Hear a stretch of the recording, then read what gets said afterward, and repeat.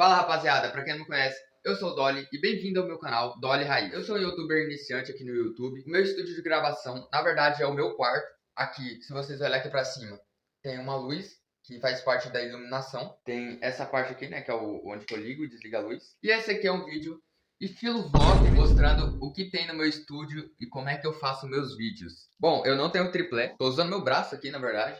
Cara, hoje, primeiramente, eu vou falar o seguinte aqui, ó.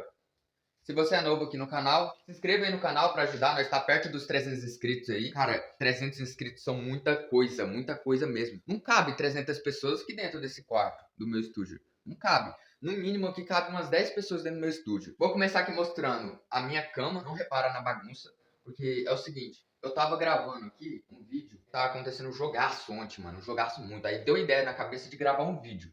E eu fui gravar esse vídeo. E aí ficou essa bagunça aqui. Pois é, né? Depois eu vou arrumar isso aqui, relaxa.